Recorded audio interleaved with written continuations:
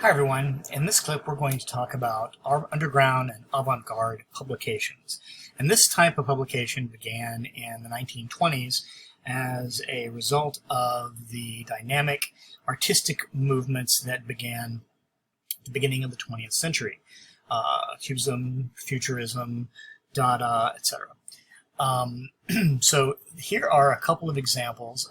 AIZ was a political publication, but had a very, very specific approach to its cover arts, which was the creation of photo collages and montages by the artist John Hartfield. And this was almost exclusively critical of the rise of the Nazis, which eventually shut it down and destroyed it like everything else, as an appeal to the German people to not be fooled by the Nazis, and it didn't work, unfortunately. But the illustrations that Hartfield created had been very lasting, and AIZ was where these were almost entirely produced. Now, Mers was a publication that was created by Kurt Schwitters, and the term itself really is something that he made up about his own approach to art in general. And it's quite dynamic in of itself. If you look up Schwitters and Mers, it's very interesting. Dada broadsheets from the late teens and the early 20s. These are very experimental publications in terms of their use of typography and composition and design as the philosophical ideas presented. With Cubism and with Futurism and with Constructivism and with Dada, there were all these philosophical mindsets that were on display, and publications that supported these philosophical arts movements tended to try to manifest those ideas in some type of form, in this case a publication or a magazine. So the first few are kind of straightforward, but then the Dada publications become very elaborate typographically. Then the Bauhaus in the 1920s, which was probably the most influential arts movement in the 20th century, formalized a lot of these ideas into a structure. And graphic design, as we understand it, was born out of this exploration. In the 1950s, you start to get pulp publications that appealed to the macabre and the sensational interests that people had. And these often had artwork on the cover that would match these types of very sensational concepts and ideas. All the way to science fiction, detectives, murder mysteries, and things like that. So these are just a few of those. In the 1960s, the counterculture greatly expanded the types of publications that were offered, and these were sometimes critical of the culture in general, and often tended to be very specific to niche interests and having very small followings. Comics proliferated in this era too. This is a publication from Australia. Zap Comics was very popular in the United States in the 1960s. Avant-Garde was a very popular design publication about design. Again, and sort of erotic titles like Bizarre, which featured lots of drawings and photographs of straight fetish culture and the early S&M scene, were things that were under the counter, as it was called, and you had to go in, you had to know about it somehow and ask for it because it wouldn't be out. Body Play was a queer culture modern primitives publication that began in the 1970s and ran for about 15 years. And this was a publication that by the time it appeared would be on the newsstands. So, things that appealed to niche culture where there wasn't enough people to have something going, and before the 1950s, suddenly had audiences. And these audiences were smaller than major publication audiences, but they appealed to constituencies that sought self-expression and sought reflection of their own interests. And these publications provided community and that reflection. This was a humorous postmodern publication in the early 1980s called the Journal of Gourmet Bathing and Beyond. And, you know, it's kind of silly, but it was a focal point for early postmodernist design. And you can see there's a great collision of different types of styles, and that was typical of early postmodernism. Raw was an underground comics publication, much like Zap Comics was in the 60s, whereas a lot of the artists that came out of the Zap era had gone on to become quite famous in their own right and drew for much broader publications. And so an underground culture grew underneath of that, seeking to be able to express itself, was generally ignored by the larger publications, and the whole process just cycles all over again. And many of the people who started in this publication went on to become and are still very prominent graphic artists in their own right. Punk culture also created a number of underground zines which appealed to the musical tastes of a subset of the population. So Punk Lives and Slash are two leading ones. There's also Maximum Rock and Roll, which only ceased publication about 5 or 6 years ago. Emigre was a publication in the 1980s which was about design. And this was the first publication to really explore digital design as its own form.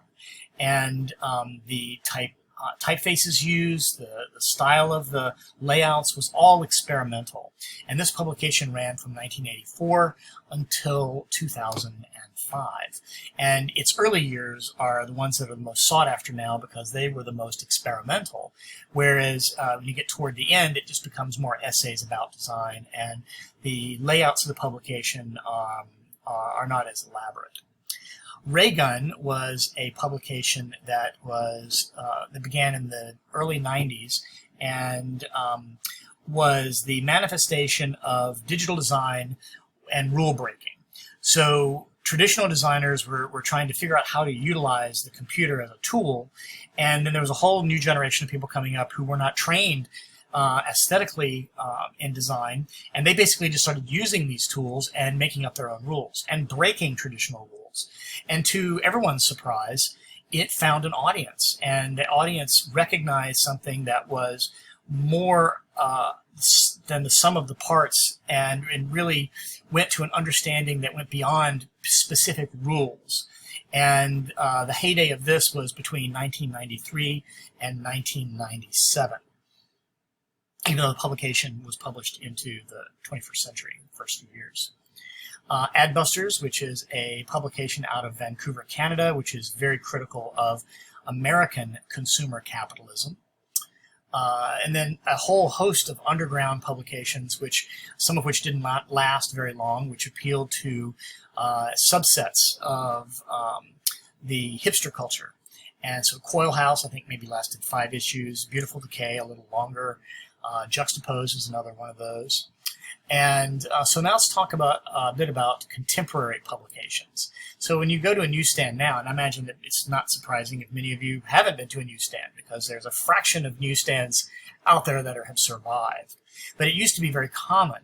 And there's an enormous variety of publications for every interest that there is. And this is what a typical newsstand would look like. I don't have a photograph of an actual newsstand, but this is kind of the array.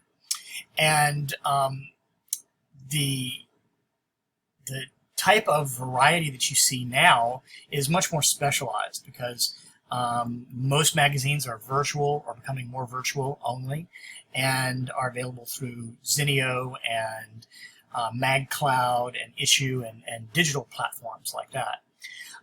Titles like the New Yorker and the Paris Review are quite literary. They're long-form reads in the sense of how publications were before the 1950s. And the New Yorker, both of these still exist, but they tend to be much more about the writing, and they tend to be less illustrative. Flaunt is a fashion publication, but it's sort of not, I won't say it's underground, because it's been around for a long time, but it's a lot more creatively forward than a lot of fashion publications would risk being, like Vogue. And Harper's Bazaar is very much like Vogue in that it's more of a mainstream publication, but it has a very rich history. This is a more recent issue of Time. This is from just a couple of years ago, where they revisited that cover from 1968. And they used the same type style, and they couldn't find the original typeface, and so it had to be redrawn for this cover. And this is only the second time in Time's history that they had a cover with no image. And of course, the cover addresses what is now known as the post-truth era, and that was the word of the year that year in 2017. And if you're not familiar with the term, I suggest that you do a little research on it, because unfortunately this is where we are now. I mentioned earlier about Time in different markets, because Time is a global publication. What it looks like in different parts of the world is quite different. So you'll notice here that the U.S. is the standout. So Why Anxiety is Good for You is what the U.S. had on the cover, while the revolutions in the Middle East were on the cover in the rest of the world. And you can see this pattern has been, unfortunately, the case for quite some time, somewhat perplexing. Wired and Bloomberg Businessweek taking whimsical approaches to business and tech. Harper's Weekly, not to be confused with Harper's Bazaar. Harper's Weekly is more of a cultural critique than anything else. National Geographic, in the present sense, still ethnographically interested, but much broader. So this is an issue where they tackle gender identity and trans issues, which in the past they would have never done. Vanity Fair, which is more a style and culture publication. The Atlantic, much like Harper's Weekly, much more about ideas. Sports publications have proliferated to a great degree, and now there's quite a variety of sports publications that tailor to different aspects, from conservative, traditional views on sports to cutting-edge and more contemporary approaches.